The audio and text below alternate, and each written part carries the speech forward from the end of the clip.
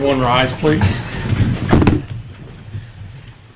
I pledge allegiance to the flag of the United States of America and to the republic for which it stands, one nation, under God, indivisible, with liberty and justice for all. All right, gentlemen, please. Thank you to the Lord for this day. Thank you for this opportunity that we can serve our community. I pray that you help us make good business decisions. In Jesus' name we pray. Amen.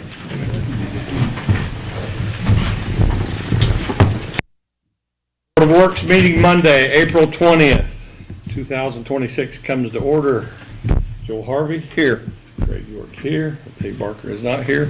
Are there any citizens wishing to appear before the board today? Go ahead.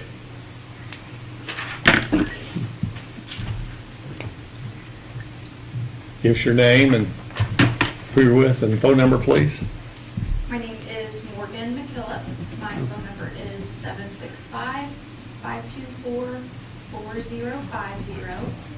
I'm not really with an organization per se, but they asked me to come to this meeting to just say what I wanted to do.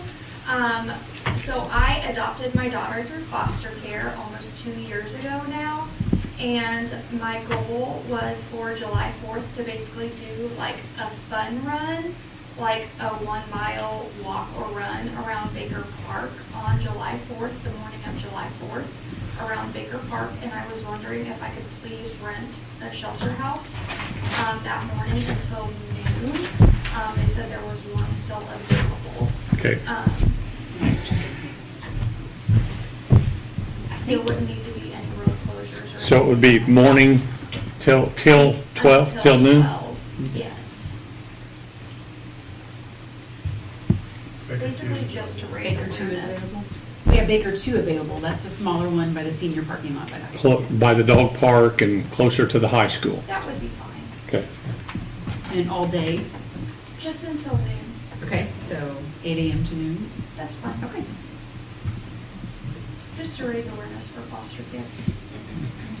Okay, so 4th of July from, it's Baker 2, from 8 until 12.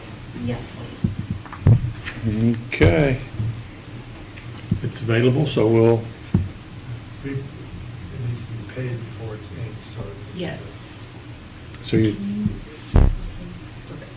If you want to get with her Today? afterwards, and she can Okay. take care of payment and. Okay. Perfect. Thank you so much. thank you. Anyone else wishing to come before the board this morning? Seeing none, we'll move on. I need a motion to suspend the reading of the minutes from the former meeting. So moved. I'll second that, so all in favor, aye. Aye. Motion carries 2-0. I need a motion to approve payroll claims, water, wastewater claims, general claims from Monday, April 6, 2026 to Monday, April 20th, 2026. So moved. Motion made and seconded. All in favor, aye. Aye. Motion carries 2-0. Scott, would you like to come forward? Certainly.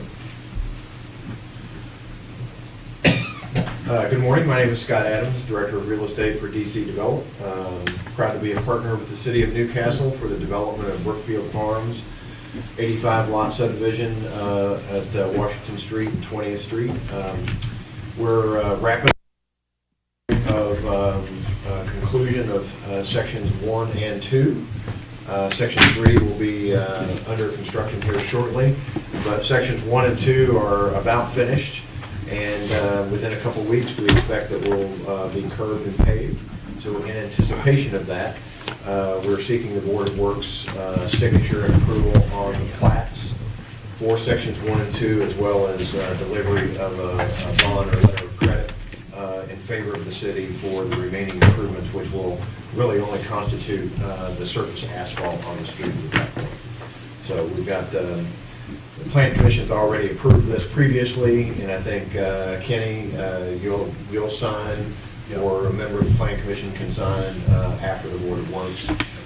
The anticipation is that the city will hold the plat until we have concluded with the curbing and the paving, then release the plat back to us to go record after the fact. So you'll have additional security there prior to recording of the plat. So is there a date you come back and do the final surface, or will that be later and then to see how the, We've written a letter of credit for a term of 2 years, which will then, it will automatically renew for 12-month cycles after that, until which time the city says we're good, Okay. basically.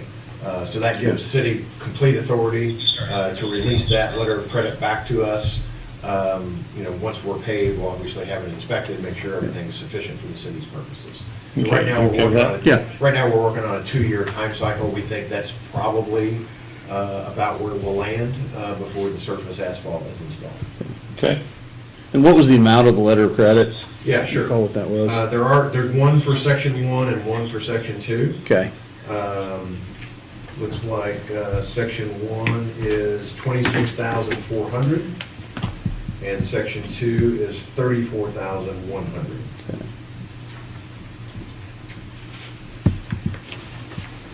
Make a motion that we approve that then. Second. Motion made and seconded, all in favor, aye. Aye. Motion carries 2-0. I'll just hang out and let you guys maybe sign after. Okay, all right, yeah, that'd be fine, Okay, sure, that'd be great. Next, Good morning. morning. I'm giving an update on the Preserving Main Street construction process. We're stuck in some sort of a permitting purgatory right now. So, as I understand it, the building inspector's office cannot issue building permits on historic buildings without a COA from the Historic Preservation Commission. However, because of the nature of this grant, the Historic Preservation Commission is superseded by the State Historic Preservation Office. So no COAs are needed. And so we went back and we confirmed that from minutes from the HPC in, I believe it was November of '24, when Brittany Miller was still on staff, but we went back and confirmed that in the minutes. So no COAs are needed for this project. But the two things that we are having a question mark about are what documentation does the building inspector's office need that they are safe to issue the building permits without COAs in this instance, and then also all permitting fees. Even though the HPC is not issuing COAs, they have requested that we pay their fee, which I don't know where that's going to come from.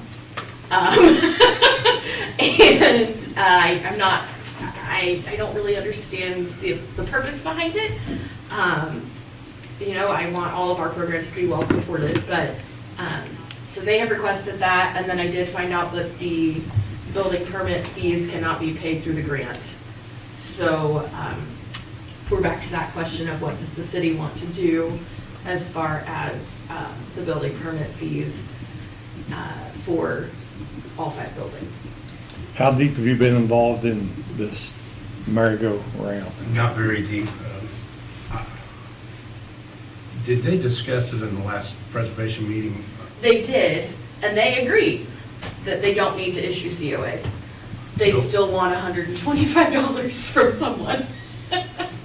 Per project? It's Per buil- $25 per building. 25 per building? Okay, have you started on any permits for any of the projects? And they're ready for construction. We've received labor release. This is the only thing holding it up. And we have a deadline of May 24th before we have to ask for an extension from Okra. And we're aware we're going to have to ask for an extension, but if we don't have something moving and we ask for another extension, every time that we have to go back to them, we become a less desirable grantee. And, we want to look for future opportunities from them as well. Yeah. Well, every project or permit needs to be documented through the building inspector's office. Now, I'm kind of going out on a limb here, not saying that there would be fees or not. We have waived some in the past. I'm not sure what the situation is here. But if there's an accident and we don't have it documented, I mean, Right. then we're on the hook for that. So Right. somehow you've got to get information on each each individual project's different. Right. Right. We have the locations, but we've got to get it on his docket somehow. And that's I why would we think want the soon. city to issue the permits like they're supposed to. It's just, we're leapfrogging the COA part. And we can get you a list of the scope of work without a COA. Joel, we need a copy of the minutes to go with this or something? I think at some point you need that. I mean, I'm comfortable with what's been described, that, you know, the Historic Preservation Commission signed off, but if you got a copy of their minutes, just stick it in your file. Yeah. Okay. But I'm still kind of stumbled on, do you have the addresses of the 5 buildings? We need to get that, you need to get that in your office right away. Yeah, you guys are ready to turn in your permit applications. is what Right, you read. that's At where that we time, are. we'll have it. And I know you have the black dot, or at least you looked at the black dots when you were in that meeting. Did you Right. take that with you or no? Yes. Okay. So what more do you need? Well, I just need, what the holdup was is the COA, if we needed a COA or not. And it sounds like that we don't. But we just need a copy of the minutes to tell us that. Okay, but you do have enough to get started on permits? Yes. Yeah, they'll have to fill out a permit application for each job. Okay. Yep. Okay. I would say if we could get those minutes from Historical Preservation Committee to give to him, and if you can get whatever, you stay in contact with Kenny to get those permits underway, because one point in time, I heard you make a public announcement saying scaffolding could go up Right, and that's where we're, anytime. So before any scaffolding goes up on public sidewalk. it's gotta be permitted, Yeah, right? Yeah, I would like more. That's our obstacle right now. As soon as those permits are cleared, we can get started. Okay. Do we have anything on Broad Street where you're going to do scaffolding?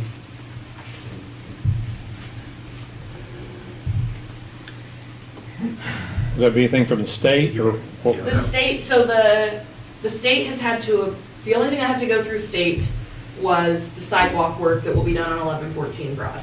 The state is aware of everything else, but the only thing that had to be permitted through the state was the sidewalk work.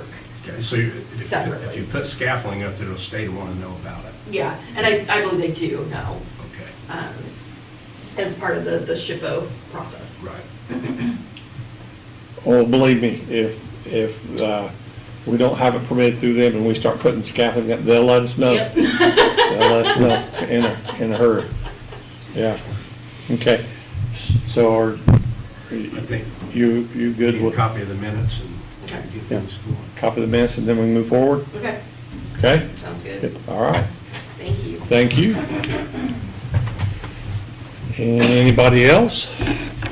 Looks like we have 5 invoices to pay United, Joel. I'd like to just present all of them at one time. Yep. 13. Looks like it's around $20,000 worth, so I'll make a motion that we pay these bills. I'll second that. Motion made and seconded. All in favor, aye? Aye. Motion carries 2-0. Chief, you have anything this morning? I do not. Chief? I got a couple things. The first one is, I've been talking with Mike about burning a brush pile out at Osborne Park. I talked with the DNR today, and they gave me a form that we can use to kind of set some parameters for conditions to burn it. They did say that we might have to have IDM approval. So Joel, I don't know if that's something that you can see. They said incorporate, unincorporated areas, no permit is needed. Incorporated areas, we might need a permit. So now, the brush piles that, the ones that are at the front aren't huge. And I actually would feel comfortable burning them by myself. We have to move them away from that telephone pole a little bit, but they're not super big. And then there's, we have to notify neighbors that we're going to burn so that they are aware of smoke and things like that. And I don't know how far we have to do with that, so I don't know if that's something you could also look at, Joel. Oh, sure. And the DNR is supposed to get back with me also on some plans that they have done in the past, but typically when they do a burn plan, it's for a larger area rather than just some brush piles. But I didn't want to set those on fire and then have the citizens complain that we get to set something on fire and they don't. So we have to have fire department approval, and obviously we have fire department approval, but there's some other hoops that we may or may not have to jump through, so, Okay, that's all just brush, isn't it? It's- yeah. And we No- talked about. No maybe- shingles, no No, it's tires, all no. stuff that they've taken off of the trail, and things like that. And then Mike and I talked about doing an undergrowth burn, but we can't do that this year because it's too late for that, and that's something we can discuss for maybe next year or Okay. year after that. And then the second thing is, I'm glad you're here because the fire department has some concerns over the retention pond out there with the open drain pipes. Is there a way we can put grates over that? I know that standing water attracts kids, and a kid could easily get drawn into one of those drain pipes after a heavy rain or something like that. We certainly can look at that. We generally are not required, but that doesn't mean that your concern is not valid. The ponds that are designed to be dry ponds, not wet ponds. Okay? So there's a period of time where if after a rain, there is water there, of course, and then it drains out at a controlled rate, but then it's intended to be dry thereafter. Right. So they're not intended to hold water for an extended period of time. And I understand that too, but when they fill up, that's when the kids want to go playing, especially if they're used to being dry. Sure, sure. Happy to look at it and see if there's an accommodation that we can make. No problem. Okay. We can look at that. Anything else? That's it. Chief? Yeah, I just need permission to sign an agreement I sent to Joel last week with Medtronics for our, we're spending some grant money for community paramedic. Yep. We went through that. You got a chance to Yeah, look at it? I've looked at it, it looks, the agreement's fine with me. That's it. Good. Yep. Thank you. Kate? Mike? Randy? Ash? No, sir. Kendra? Doug? No, sir. Mark? No, sir. Ben? No, sir. Steve? Craig? No, sir. Lee? Yeah, this was brought up a couple of weeks ago, and I haven't heard anything else about it. On the roll-offs that people are placing, and there's one right here on 12th Street. They're not asking anyone that I know of, they're just dropping them, and then they're there for anywhere from a day to forever. There's no reflective markings at night where you can see the back of those, and they are wider than a car. And I think that the city, we need to do something that says, okay, you can only have them there for maybe 7 days or 10 days, and while they're there, they have to either have cones around them to mark them, or the reflective tape on the backs of to be able to see them at night. Because we are getting some complaints in the street department about the dumpsters. Or the roll-offs. Well, I'll tell you this, if they pay attention to what they're being charged for, they're being charged by the week. And anything that they go over, they're getting charged out the ear for. But that doesn't mean that they couldn't haul one off and bring another one and could sit there as long as they keep changing it. But I definitely think that we probably should have something about neon marking. Sure. That it should. That one was on Bundy for such a long time. It never had cones or anything sitting out, and it definitely is a hazard. So could you look into Oh, yeah. what some other communities do about that, and as far as marking and time spanned, and maybe they need a permit for that. I think the UDO might have a time span in there, I'm not sure, I'll have to look at that. Okay. So we'll look into that. Okay. Anything else? Anything else from anybody? Looking for motion for adjournment. So moved.